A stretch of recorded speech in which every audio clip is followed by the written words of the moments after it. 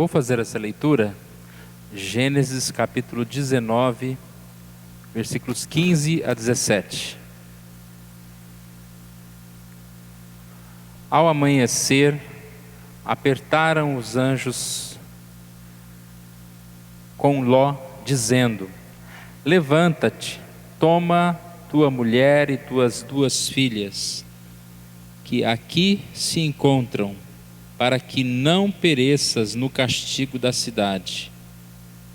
Como, porém, se demorasse, pegaram-lhe os homens pela mão a ele, a sua mulher e as 2 filhas, sendo-lhe o Senhor misericordioso, e o tiraram e o puseram fora da cidade.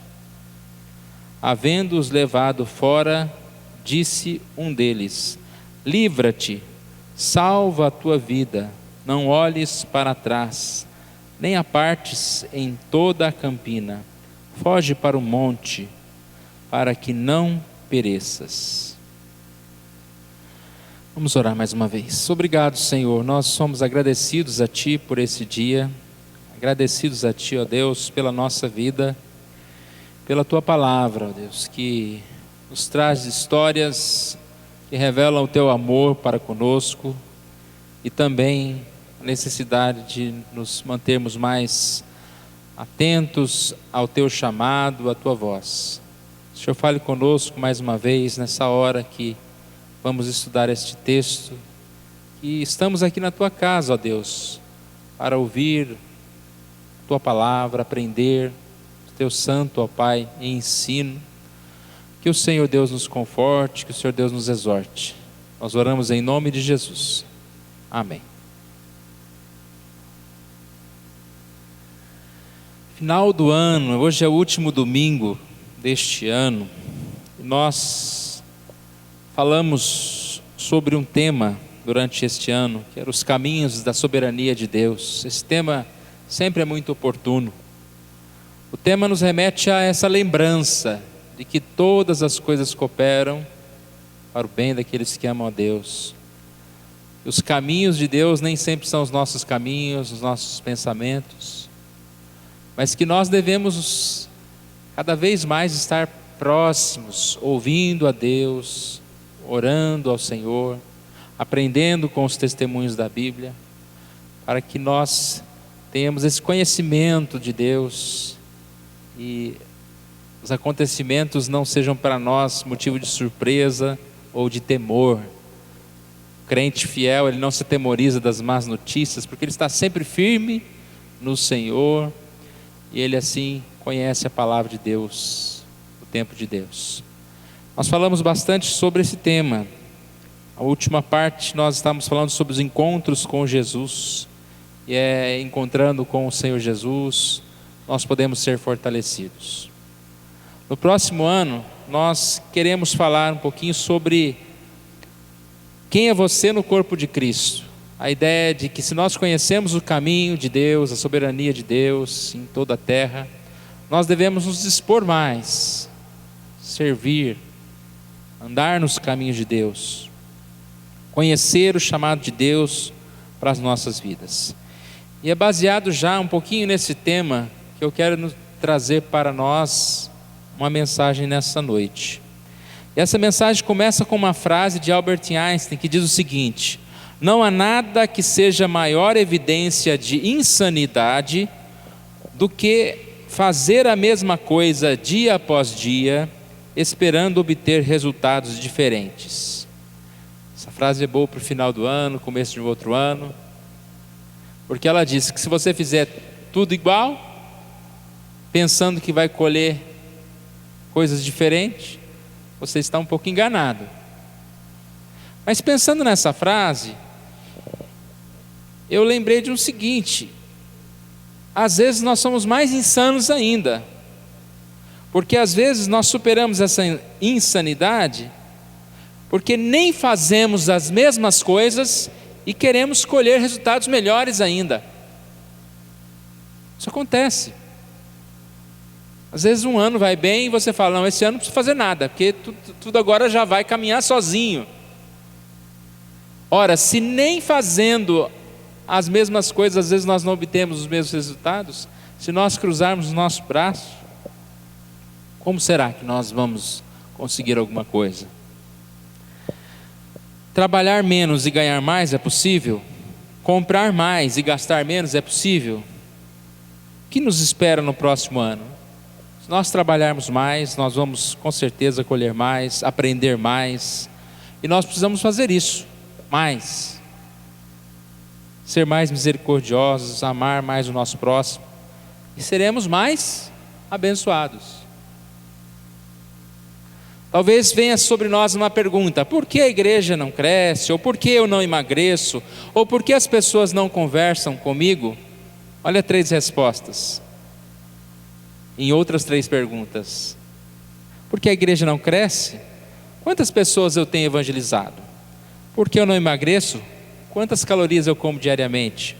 Por que as pessoas não conversam comigo? Quanto tempo eu me dedico para conversar com as pessoas? Às vezes a resposta está bem perto de nós. Nós não queremos ouvi-la, nós não queremos ver que está muito próximo de nós. Mas eu não estou dizendo aqui, ou não estou querendo dizer aqui, que tudo depende de nós, da nossa força, então vamos trabalhar mais, que vai acontecer tudo. Eu não estou dizendo isso, mas nós precisamos sim fazer a nossa parte. Nós precisamos orar mais, trabalhar mais, servir mais, e Deus queira que Ele venha nos dar muito mais coisas, nos abençoar muito mais, e com certeza isso pode acontecer, muito mais do que se nós ficarmos todos de braços cruzados. Então nós vamos falar muito sobre isso, sobre essa necessidade de nós encontrarmos. A pergunta é: quem é você no corpo de Cristo? Ou seja, nos encontrarmos no trabalho de Deus. O que eu posso fazer para servir a Deus na igreja? Quem é você no corpo de Cristo lá fora? O que eu posso fazer para servir a Deus no meu trabalho, em tantos lugares onde eu caminho, para onde eu passo? É uma resposta que nós temos que fazer, que nós temos que buscar, com certeza. E isso é uma responsabilidade. Se nós começarmos a ler a palavra de Deus, vários textos falam que nós devemos servir, nós devemos cumprir a nossa missão. 2 Coríntios 5:20 diz: de sorte que somos embaixadores em nome de Cristo, como se Deus exortasse por nosso intermédio. Em nome de Cristo, pois rogamos que vos reconcilieis com Deus. Olha quanta coisa que esse versículo diz. Primeiro ele diz que quem nós somos? Embaixadores em nome de Cristo. Embaixador é a categoria mais alta de representante diplomático de um estado junto a outro estado, ou de um organismo internacional. Você ser embaixador, então você é representante de Deus, que é lá do estado celestial, né? É de outra nação. Você está aqui na terra, você é o representante dele, você é o emissário. Emissário é aquele que é enviado com uma missão, com uma mensagem. Nós somos embaixadores de Cristo. E esse texto diz que nós devemos reconciliar com Deus, viver junto de Deus. 1 Pedro 1,17 também fala que nós somos peregrinos. Ora, se invocais como Pai aquele que sem acepção de pessoas julga segundo as obras de cada um, portai-vos com temor durante o tempo da vossa peregrinação. Nosso tempo aqui na terra não é um tempo de passeio, um tempo de desfrutação, mas é peregrinação. Já reparou como ano passa, mais um ano passa, e parece que a nossa função maior é tentar descobrir qual que é uma forma melhor de eu viver nesse ano, que eu consiga ter mais prazer, mais alegria, eu consiga ganhar dinheiro para gastar comigo mesmo, que eu consiga aprender as melhores maneiras de viver. E o texto diz que nós devemos viver com temor durante o tempo da nossa peregrinação. Portai-vos com temor, trabalhar, servir a Deus. Para que a gente mude um pouquinho o pensamento, nós temos que mudar a nossa visão. E qual é a visão que nós temos da própria vida? É um texto que sempre nos alerta, que é o texto de Mateus 11:34. São os teus olhos a lâmpada do corpo. Se os teus olhos forem bons, todo o teu corpo será iluminado. Se os teus olhos forem maus, todo o teu corpo ficará em trevas. Qual é a nossa visão da vida, nas decisões, nas escolhas? Tudo depende dessa visão. A visão é o coração, onde nós colocamos o nosso coração, a nossa intenção maior.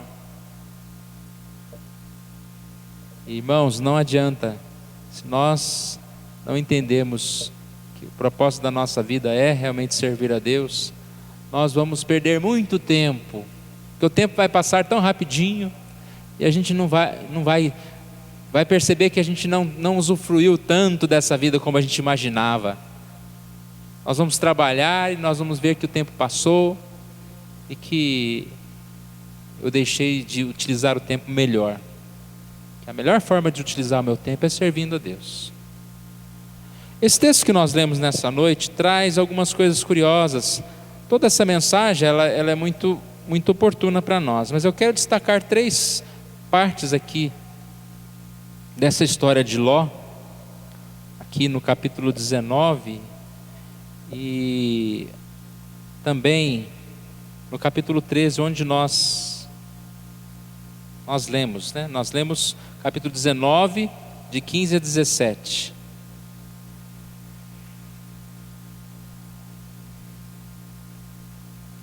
A história de Ló, ela é bem conhecida.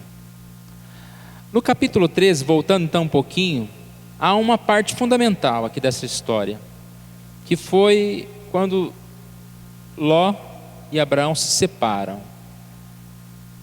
Todo mundo lembra essa história. Versículo 9 começa dizendo o seguinte, Gênesis 13:9: acaso não está diante de ti toda a terra? Peço-te que apartes de mim. Se fores para a esquerda, irei para a direita. Se fores para a direita, irei para a esquerda. Levantou Ló os olhos e viu toda a campina do Jordão, que era toda bem regada, antes de haver o Senhor destruído Sodoma e Gomorra. Como o jardim do Senhor, como a terra do Egito, como quem vai para Zoar. Então Ló escolheu para si toda a campina do Jordão e partiu para o oriente. Separaram-se um do outro. Habitou Abraão na terra de Canaã e Ló nas cidades da campina, e ia armando as suas tendas até Sodoma. Ora, os homens de Sodoma eram maus e grandes pecadores contra o Senhor. Nós conhecemos muito bem essa passagem e estávamos falando há pouco sobre aonde fixamos os nossos olhos, com a nossa intenção maior.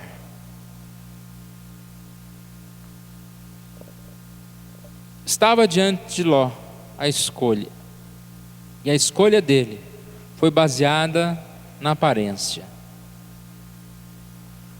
Nós sabemos que essa escolha dele foi muito desastrosa, porque ele viveu num lugar onde os homens eram maus, e ali toda a influência negativa, tudo que era de ruim, estava sobre aquela cidade.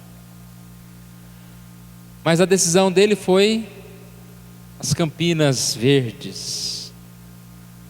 E eu fico pensando, quantas decisões nós tomamos errada, simplesmente porque nós escolhemos o que é melhor aos nossos próprios olhos, ao nosso prazer, ao que nos vai favorecer mais. Nós somos humanos e não é tão fácil decidir assim não, né? Falar, não, eu quero aquele piorzinho ali. Mas o quanto nós fazemos esse exercício? Temos que fazer esse exercício diariamente. Diante de uma profissão, diante do lugar onde nós vamos morar, do casamento, do que nós vamos comprar, como nós vamos nos comportar. Essa ideia de ser peregrino, de ser filho de Deus, e tomar decisões como um filho de Deus. Tomar decisão como embaixador, como alguém que vai servir a Deus. Nem sempre essa decisão dos olhos vai favorecer. Eu creio que em alguns momentos Deus fala tão claro conosco, falando, não toma essa decisão, não faça isso. Aparentemente vai ser bom para você, mas não é a melhor decisão. E o quanto nós estamos dispostos a ouvir Deus quando Ele fala isso, não faça isso, não vá por esse caminho. Essa é a questão, essa é a necessidade de nós tomarmos essa decisão. Quando está diante de nós essa escolha. Uma outra questão aqui foi o próprio texto que nós lemos em Gênesis 19. Eu não sei se nós atentamos bem para o que acontece aqui, mas Ló já havia sido alertado sobre a destruição que viria sobre aquela cidade. E ele precisava sair daquele lugar. Versículo 14 diz que Ló falou com seus genros, aos que estavam para casar com as suas filhas, e disse: levantai-vos, sai deste lugar, porque o Senhor há de destruir a cidade. Qual foi a resposta daqueles? Acharam, porém, que ele gracejava com eles. Ló, você está de brincadeira, está tão bom aqui. Logo no Réveillon, nós estamos aqui na festa boa, né? Como que sai daqui? Como que eu vou parar tudo aqui que eu estou fazendo? Está tão bom aqui. Mas Ló também parece que ele não tomou uma decisão muito forte. Porque no versículo 15 diz: ao amanhecer apertaram os anjos a Ló, dizendo: levanta-te, toma tua mulher e as tuas 2 filhas, que aqui se encontram, para que não pereças no castigo da cidade. Então falaram que não ia sair, e ele, então tá bom, vamos ficar, né? Vamos ver o que dá. Ficaram ali. E mesmo assim não saíram. Olha o versículo 16, que a gente sempre tem aquela visão, né? Eles foram avisados e saíram. Não saíram. O que teve que acontecer? Aqueles anjos pegaram pela mão, aqui fala os homens, mas são os anjos, né? Pegaram pela mão a ele, a sua mulher e as suas 2 filhas, sendo-lhe o Senhor misericordioso, e o tiraram e o puseram fora da cidade. Foram quase que carregados para fora dali. Então nós percebemos, irmãos, a ação de Deus. Como eu disse, nem sempre é fácil decidir, tomar a melhor atitude, ter a melhor atitude, tomar a decisão que favorece só a graça de Deus e não a mim mesmo. Às vezes Deus nos vê tomando decisões erradas, partindo por caminhos errados, e Ele manda o anjo, Ele avisa, e Ele vai, quase que nos arranca dali a força. Graças a Deus, pela misericórdia de Deus, quantas vezes Ele nos tira do caminho mau, do pecado. Quantas vezes nós estamos caminhando para aquele lugar que não é a vontade de Deus, mas Deus os tira.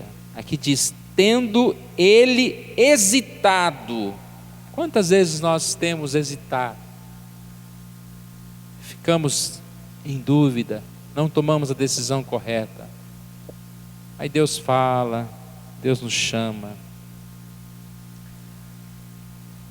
O versículo 17 na linguagem de hoje diz: fuja por amor à vida, não olhe para trás. Fuja por amor à vida, não olhe para trás. E aqui diz: livra-te, salva a tua vida, não olhe para trás, nem pares em toda a campina, foge para o monte, para que não pereças. Nós precisamos aprender a tomar essas decisões, fugir do caminho mau. Deus abre os nossos olhos, Deus nos acorda do sono, nos faz enxergar o caminho dele, a verdade dele. Tomamos a decisão baseada nessa vontade de Deus, nessa misericórdia de Deus sobre nós. Às vezes, irmãos, quando nós estamos tão envolvidos com as coisas do dia a dia, nós deixamos de enxergar muito bem as coisas de Deus, a verdade de Deus. Quando alguém está numa cidade, ele está ali diante daquelas luzes da cidade, quase que ele não consegue enxergar as estrelas do céu.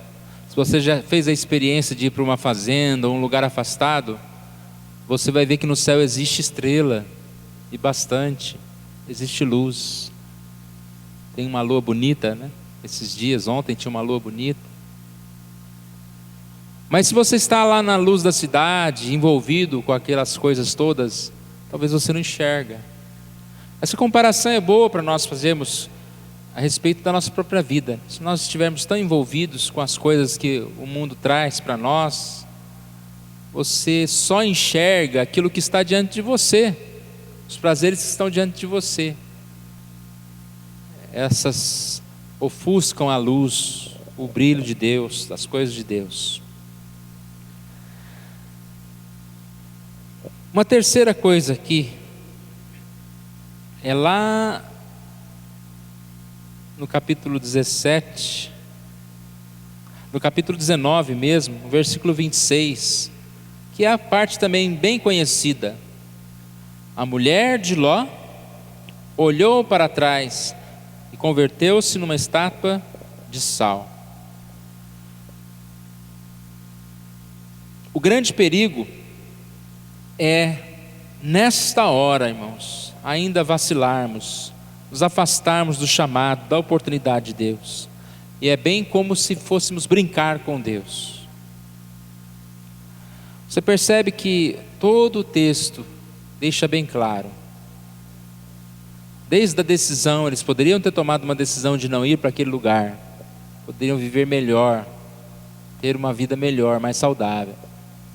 Tomaram a decisão errada de ir para lá. Depois, na hora em que eles vão sair de lá, ainda hesitaram em sair de lá, o anjo quase o levou. E o texto disse, né, que a mulher de Ló também foi levada. Versículo 16: pela mão, pegaram os homens pela mão, a ele, a sua mulher e as suas 2 filhas. Pegaram pela mão. E foi dito: não olhem para trás, não olhem para trás. Mas a mulher de Ló olhou para trás. Deus é misericordioso, muito misericordioso. Quantas vezes Ele tem sido misericordioso para conosco. Mas nós aprendemos que Deus é juiz, Deus é justo juiz. Quantas pessoas caem, quantas pessoas, por desprezarem tantas oportunidades de Deus, vêm a perecer.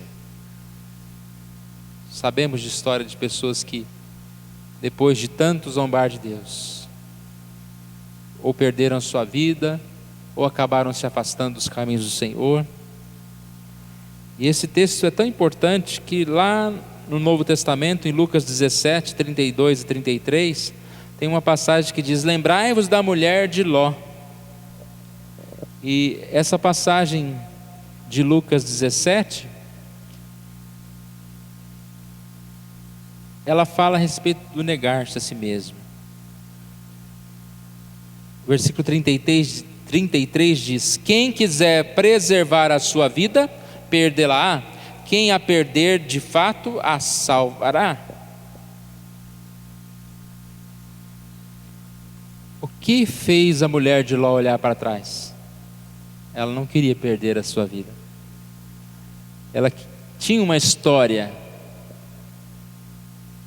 naquela cidade. Ela amou mais o mundo, mais a sua história do que a Deus e a sua vontade. O quanto nós somos desafiados a deixar algumas coisas para trás. O quanto nós somos desafiados a seguir em frente conforme esse chamado de Deus, conforme essa ordem de Deus. Lucas 9:62 diz que ninguém que põe a mão no arado e olha para trás é apto para o reino de Deus. E a gente percebe nesse texto que ele também está falando sobre compromisso. Aqui Jesus põe à prova aos que querem segui-lo. E ele coloca que quem quer seguir não deve colocar nem outro empecilho, nem o seu pai, nem sua mãe, nem os compromissos que tem na terra, mas deve deixar as demais coisas. E a pessoa que cuida de um arado, ela não podia ficar olhando para qualquer lado, porque senão ela não ia conseguir dominar aquele instrumento ali, né? Atenção no propósito, naquilo que está fazendo. Essa vida nossa, irmãos, é o compromisso que nós temos que ter com Deus. Você imagina que se já é difícil a gente viver em relação aos compromissos que a gente tem no trabalho, aos compromissos que a gente tem na nossa família. Tem que ter muita responsabilidade, né, para educar um filho, para assumir um cargo no trabalho, até mesmo em relação à nossa própria vida, à nossa alimentação, à nossa conduta diária. Como é difícil, precisa de muita atenção.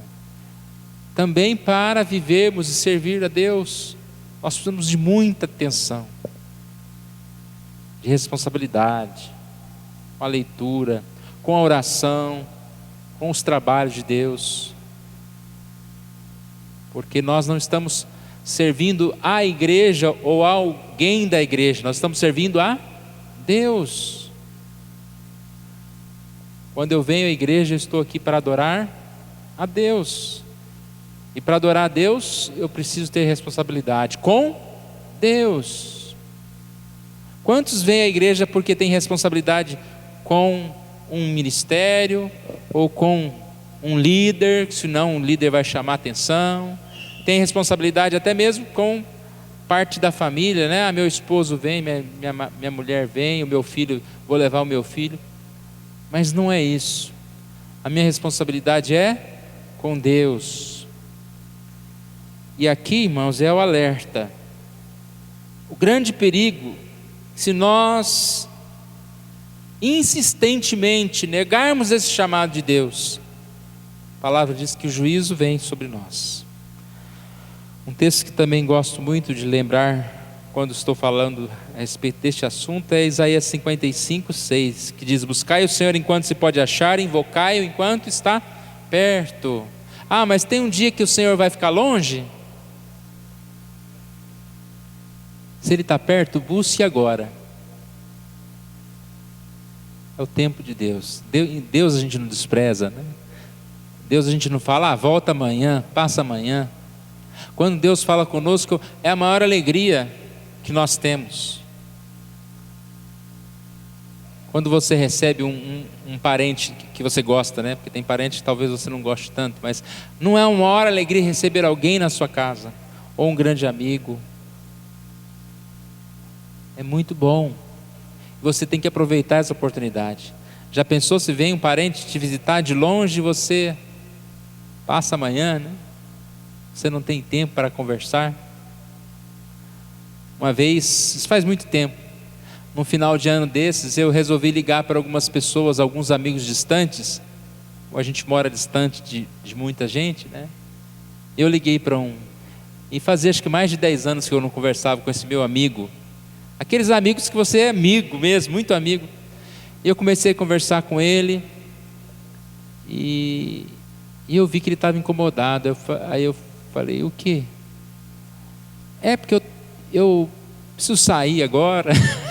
Tipo assim, desliga um pouco, eu não posso conversar com você, eu não tenho tempo para você. E aquilo foi tão ruim para mim, né? Desligar. Eu falei: poxa vida, né? Que coisa. Mas às vezes ele precisava sair mesmo, né? Mas imagine a gente fazer isso com Deus, né? Deus tão bondoso, fala com a gente, e a gente não escuta. Ele manda o anjo arrancar a gente à força, né? E o anjo fala: não olha para trás. Aí você ainda olha para trás. É um texto que dá para aplicar muito na nossa vida. O amor de Deus, o cuidado de Deus. E essa mulher de Ló, então, ela olhou para trás. Lembrai-vos dela. O que nós precisamos lembrar? Lembrar que ela foi uma pessoa que teve tanta oportunidade. Ela estava ali naquela família tão privilegiada, estava tendo oportunidade de ouvir de Deus, mas ela se afastou de Deus.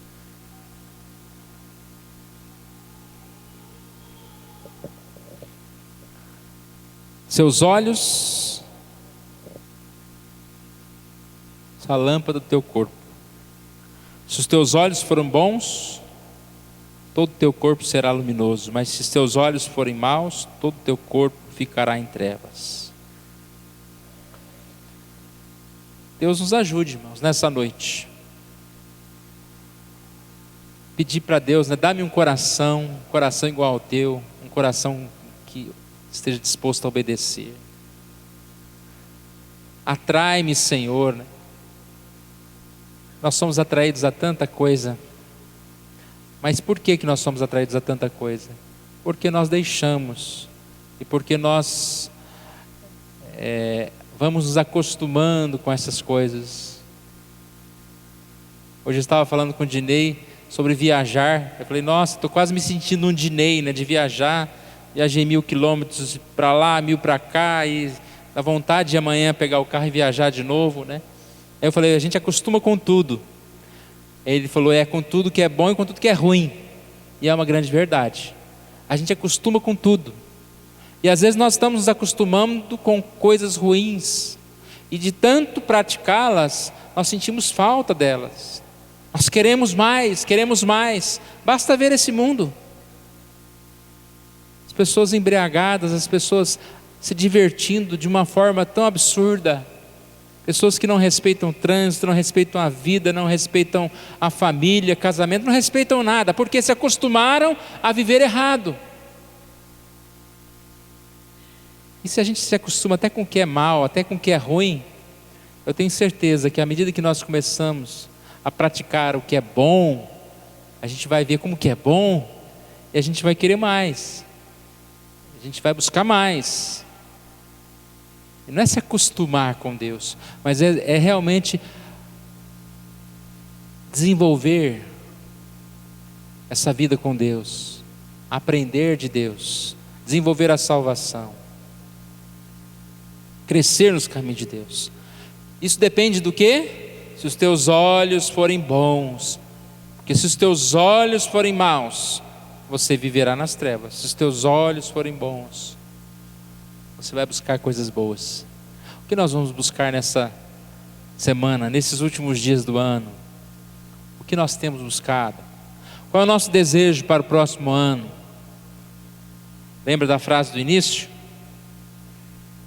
Não há nada que seja maior evidência de insanidade do que fazer a mesma coisa dia após dia, esperando obter resultados diferentes. O que nós vamos fazer ano que vem? As mesmas coisas? E ainda imaginando que vamos receber coisas diferentes? O que você vai fazer no seu trabalho? As mesmas coisas? Você precisa fazer mais. O que você vai fazer na sua igreja? As mesmas coisas? Qual é o resultado do seu trabalho ou do seu não trabalho na igreja? Você vai colher novamente?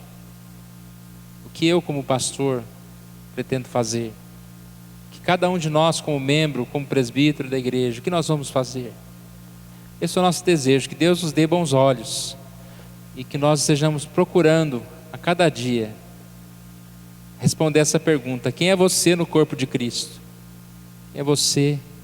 O que Deus quer de você na sua igreja, na sociedade, em todo o tempo? Vamos ficar em pé, nós vamos fazer mais uma oração. Depois nós vamos cantar o hino 135.